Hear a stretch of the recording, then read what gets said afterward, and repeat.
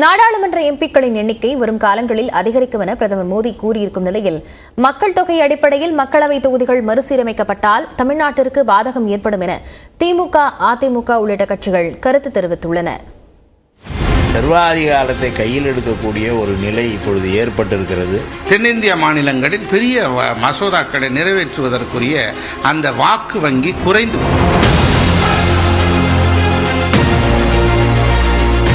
அரசியல் ரீதியாக இதில் சிக்கல்கள் இல்லாமல் இதை செய்வதற்கான எல்லா முயற்சிகளையும் மத்திய அரசு செய்யும். தென்னிந்திய நாடாளுமன்ற உறுப்பினர் குறையிறது மட்டுமில்லை, இவங்களுடைய குரல் நாடாளுமன்றத்தில் ஒலிப்பதற்கான வாய்ப்பே இல்லாமல் போயிடும். புதிய நாடாளுமன்ற திறப்பு விழாவில் பேசிய பிரதமர் மோடி, எதிர்காலத்தில் எம்பிக்களின் எண்ணிக்கை உயரும் என்பதால் புதிய நாடாளுமன்றம் காலத்தின் கட்டாயம் என்று குறிப்பிட்டிருந்தார். தற்போது திறக்கப்பட்டுள்ள புதிய நாடாளுமன்றத்தில் மக்களவை உறுப்பினர்கள் 888 பேரும், மாநிலங்களவை உறுப்பினர்கள் 384 பேரும் என மொத்தம் 1272 உறுப்பினர்கள் அமரும் வகையில் இருக்கைகள் வடிவமைக்கப்பட்டுள்ளன. இந்த நிலையில் மக்கள் தொகை அடிப்படையில் மக்களவை தொகுதிகள் மறுசீரமைப்பு செய்யப்பட்டால் அது தமிழ்நாட்டிற்கு பெரும் பின்னடைவை ஏற்படுத்தும் என திமுகவின் செய்தி தொடர்பாளர் டி.கே. இளங்கோவன் தெரிவித்துள்ளார். மக்கள் தொகை அடிப்படையில் கணக்கு வைத்தால் அவர்கள் மிக அதிக எண்ணிக்கையிலே நாடாளுமன்ற உறுப்பினர்களை பெறுவதற்கான வாய்ப்பு வருது. அது ஜனநாயகத்துக்கு எதிரானது என்று நாங்கள் கருதுகிறோம். எனவே இப்போ எண்ணிக்கையை உயர்த்துவது என்பது எந்த அடிப்படையிலே அவர்கள் செய்ய போகிறார்கள் என்பதை பார்க்க வேண்டும். இதை நாங்கள் தொடர்ந்து சொல்லி வருகிறோம். இதன் பின்னாலே ஒரு சதித்திட்டம் இருக்கிறது என்பதுதான். இந்த அரசியலையே மாற்றக்கூடிய, ஒரு ஜனநாயக முறைகளை மாற்றக்கூடிய, சர்வாதிகாரத்தை கையில் எடுக்கக்கூடிய ஒரு நிலை இப்பொழுது ஏற்பட்டிருக்கிறது. இதே கருத்தை வலியுறுத்தியுள்ள அதிமுக செய்தி தொடர்பாளர் வைகை செல்வன், தமிழ்நாடு மட்டுமின்றி ஒட்டுமொத்த தென் மாநிலங்களின் குரல்களும் நாடாளுமன்றத்தில் கேட்கப்படாமலேயே போவதற்கான வாய்ப்புகள் உள்ளதாக குறிப்பிட்டார்.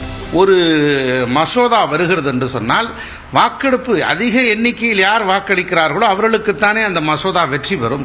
அப்படியானால் குறைந்த அளவில் இருக்கக்கூடிய தென்னிந்தியாவை பொறுத்த மாத்திரத்தில் தென்னிந்திய மாநிலங்களில் பெரிய மசோதாக்களை நிறைவேற்றுவதற்குரிய அந்த வாக்கு வங்கி குறைந்துவிடும். ஆக இது நமக்கு ஒரு பாதகமான ஒரு சூழ்நிலை தான்.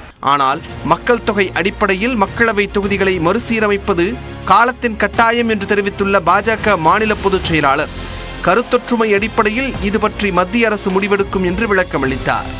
இது அதிகரிக்கப்பட வாய்ப்பு இருக்கு. 544 என்பது 600 650 கூட வருவதற்கு வாய்ப்பு இருக்கு. இது ஒரு கன்சென்சஸ் அடிப்படையில், ஒரு கருத்தொற்றுமை அடிப்படையில் மாநிலங்களையும் கலந்து பேசி நித்தி ஆயோக் போன்ற அமைப்புகளுடைய கருத்தை கேட்டு இதில் என்னவெல்லாம் அரசியல் ரீதியாக இதில் சிக்கல்கள் இல்லாமல் இதை செய்வதற்கான எல்லா முயற்சிகளையும் மத்திய அரசு செய்யும். மக்கள் தொகை அதிகம் உள்ள உத்தரப்பிரதேசம் உள்ளிட்ட சில வட மாநிலங்களில் மக்களவை உறுப்பினர்களை அதிகரிப்பது பிரிவினைக்கு வழிவகுக்கும் என்று அச்சம் தெரிவிக்கிறார் மார்க்சிஸ்ட் கம்யூனிஸ்ட் கட்சியின் மாநில செயலாளர் கே. பாலகிருஷ்ணன். தென் மாநிலங்கள், குறிப்பாக தென்னிந்திய நாடாளுமன்ற உறுப்பினர் குறையிறது மட்டுமில்லை, இவங்களுடைய குரல் நாடாளுமன்றத்தில் ஒலிப்பதற்கான வாய்ப்பே இல்லாமல் போயிடும். இது நார்த்து சவுத்துங்கிற பிரிகிற மாதிரியான ஒரு பிரிவினைக்கு கூட ஒரு வாய்ப்பு இருக்கிற மாதிரி நிலைமை என்பது அமையும்.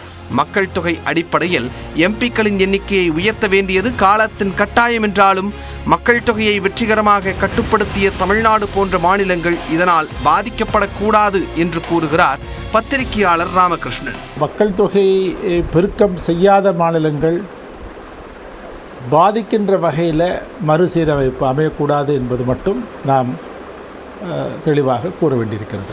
நாடாளுமன்றத்தில் எம்பிக்கள் எண்ணிக்கை உயர்ந்தால் தென் மாநிலங்களின் பிரதிநிதித்துவம் குறைந்துவிடும் என்பதே பெரும்பாலான கட்சிகளின் கருத்தாக இருக்கும் நிலையில் மத்திய அரசு இந்த விஷயத்தில் எப்படி ஒருமித்த கருத்தை ஏற்படுத்தும் என்பது மிகப்பெரிய கேள்விக்குறியாக பார்க்கப்படுகிறது.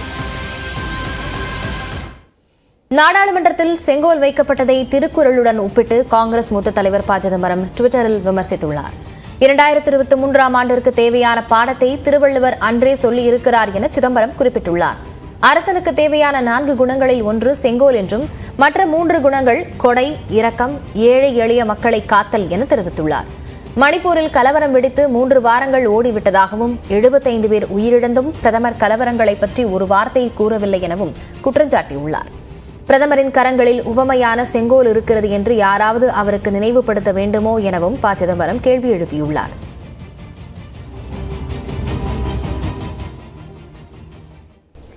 நாடாளுமன்ற தேர்தலுக்கான பணிகள் குறித்து பாஜக ஆளும் மாநில முதலமைச்சர்கள் மற்றும் துணை முதலமைச்சர்களுடன் பிரதமர் நரேந்திர மோடி ஆலோசனை நடத்தினார். புதிய நாடாளுமன்ற கட்டட திறப்பு விழா நிறைவடைந்த நிலையில் டெல்லியில் உள்ள பாஜக அலுவலகத்தில் இந்த நிகழ்ச்சி நடைபெற்றது.